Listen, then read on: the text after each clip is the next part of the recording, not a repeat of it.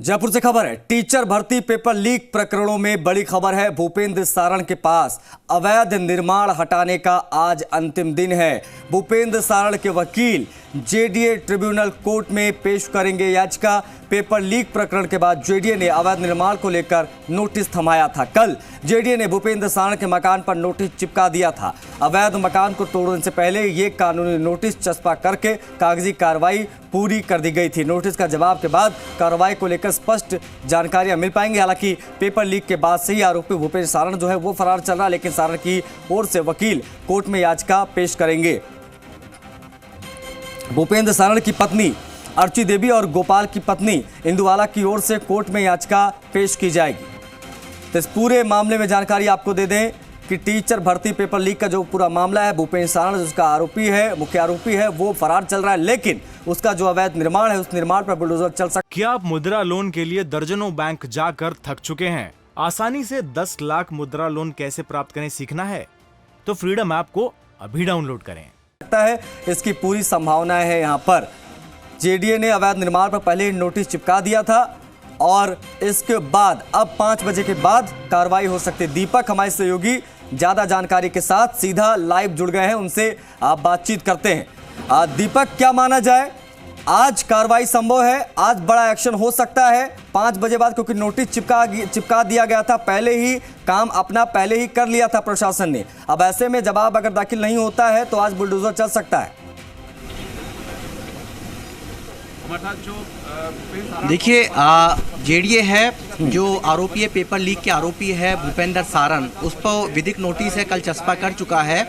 और आज उसके बाद में भूपेंद्र सारण और उसके जो गोपाल भाई है, गोपाल, उसकी तरफ से ट्रिब्यूनल कोर्ट में एक याचिका पेश की गई है और उनके जो वकील है हमारे साथ हैं राव साहब। अब साहब, किस तरह की याचिका है भूपेंद्र सारण और उनके भाई की पत्नी की तरफ? धारा का नोटिस दिया है जेडीए ने इलीगल कंस्ट्रक्शन को डिमोलिश करने के लिए, उसको हमने चुनौती दी है कोर्ट में। अभी कोर्ट के समक्ष विचाराधीन है। सर, क्या मानते हैं जिस तरीके से 32 के तहत जो नोटिस दिया गया है वो गलत दिया गया है? हमारे हिसाब से गलत। क्यों? वो जेडीए दावा करता है फ्रंट और ये अपनी बात कहेगा, हमें हमारी बात कहनी है। कितने बजे सुनवाई का समय है? ये समय कोर्ट तय करेगा कि कितने बजे सुनवाई होगी। इसकी ओर से सर ये याचिका पेश की गई है? ये गोपाल सारण और भूपेंद्र सारण की पत्नियों की तरफ से। आपकी तरफ से लीगल किस तरीके से मकान आप बताएंगे? हमारा कंस्ट्रक्शन बायलॉज के अनुसार है, जेडीए पट्टेशुदा प्लॉट है, परमिशन है हमारे पास। जेडीए इसको इलीगल बता रहा है, बाकी कोर्ट को तय करना है क्या सही है क्या होगा।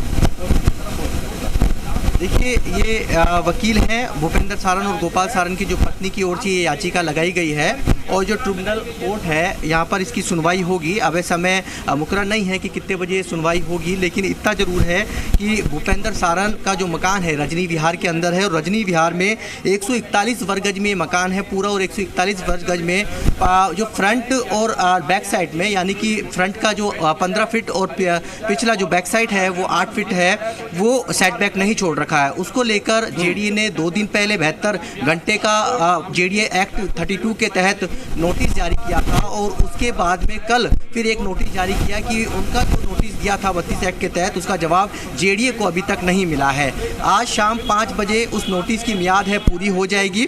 उससे पहले, मियाद पूरी होने से पहले जो आरोपी है पेपर लीक मामले के, उनकी तरफ से उसके भाई है, उनकी जो पत्नी है, उनकी तरफ से ट्रिब्यूनल जो कोर्ट है जेडीए की, उसमें याचिका है वो दायर की गई है। सुनवाई अभी की जाएगी और सुनवाई के बाद फैसला होगा कि क्या जो वकील की ओर से जो दावे किए जा रहे हैं अधिवक्ता की ओर से, क्या वो लीगल बताया जा रहा है। लेकिन जेडीए का जो प्रवर्तन शाखा है उसमें बताया गया है कि ये पूरी तरीके से लीगल, यानी कि जो मीटर है हाइट होनी चाहिए वो भी नहीं है, साथ में जो फ्रंट और जो बैक साइड का जो सेटबैक छोड़ना चाहिए वो भी नहीं है। इस विभाग पर पूरी नापजोक करने के बाद जेडीए और कह सकते हैं कि जो विंग है, एनफोर्समेंट विंग है, उसने नोटिस चस्पा किया था।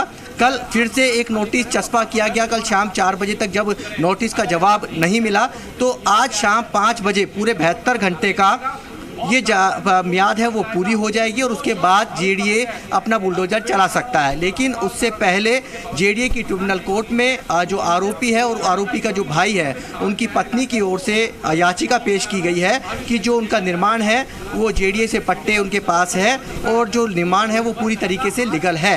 अब फैसला कोर्ट को लेना है कि कोर्ट क्या उसमें राहत देता है और किस तरीके से जेडीए के एनफोर्समेंट जो विंग है, जेडीए प्रशासन है, अपनी तरफ से पूरी तरीके से पैरवी करता है।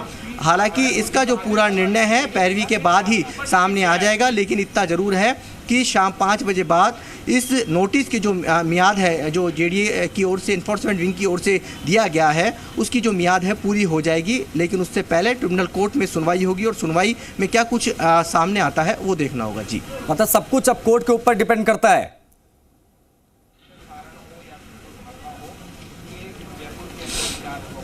दीपक, मतलब अगर कोर्ट में देखिए ट्रिब्यूनल कोर्ट में याचिका है वो दायर की गई है और उनकी जो पत्नी है भूपेंद्र सारण है जो पेपर लीक मामले के जो मास्टरमाइंड है, इसके अलावा जो उनके जो भाई है गोपाल, उनकी जो पत्नी है उनके तरफ से याचिका है उनके वकील ने यहाँ दायर की है।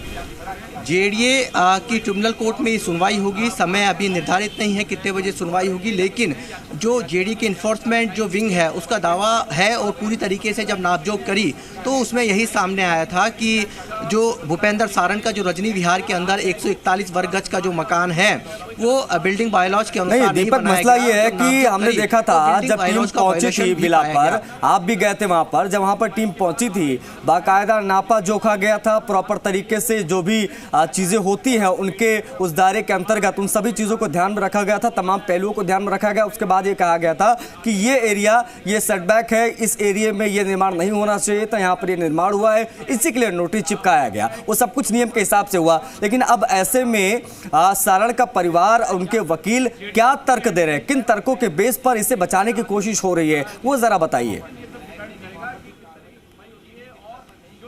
देखिए अधिवक्ताओं का जो तर्क है वो कहना है कि जो 32 के तहत जो नोटिस दिया गया है वो गलत है और जो मकान है पूरी तरीके से लीगल बना हुआ है। जेडीए का जो तर्क है वो कहा है कि 32 के तहत जो नोटिस दिया गया है वो सही है, क्योंकि फ्रंट और जो कह सकते हैं बैक में जो सेटबैक जो छोड़ना चाहिए और बिल्डिंग जो बायलॉज जो बने हुए हैं उसके तहत ये मकान नहीं बना हुआ है। सब डिवीजन का मकान है, 2015 के अंदर बबली पारिक के नाम से मकान था, जेडीए का पट्टा जारी हुआ है 141 वर्ग गज का। दूसरी तरफ 2017 में इसकी जो रजिस्टर है भूपेंद्र सारण और गोपाल जो उसके जो भाई हैं उनके नाम से रजिस्ट्री हुई है।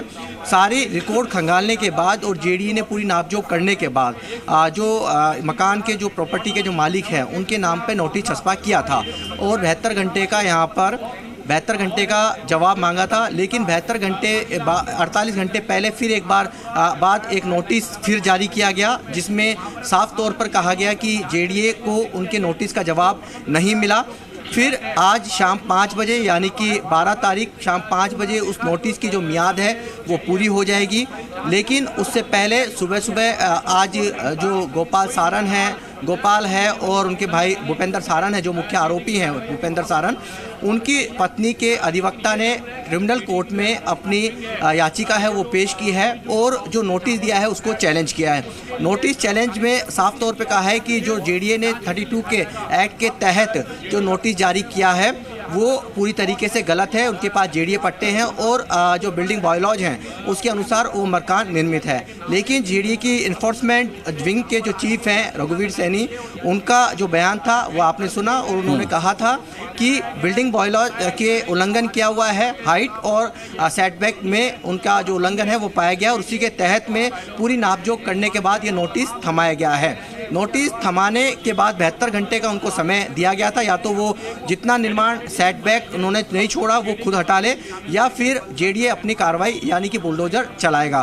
तो 72 घंटे की मियाद होने के बाद जेडीए अपना बुलडोजर चलाता, उससे पहले ट्रिब्यूनल कोर्ट में ये मामला है। ट्रिब्यूनल कोर्ट क्या फैसला देता है इस पर निगाहें हैं कि क्या बिल्डिंग बायलॉज के अनुसार वो जो जेडीए का जो इन्फोर्समेंट विंग है जो अपनी पूरी तरीके से पैरवी करेगा कि किस तरीके से वो अपनी पैरवी करता है, मजबूती से अपना पक्ष रखता है, किस तरीके से उसने नापजोक करके नोटिस थमाया है, वो पूरी तरीके से कोर्ट पर अब निर्णय रहेगा कि क्या कोर्ट उस पर फैसला लेता है।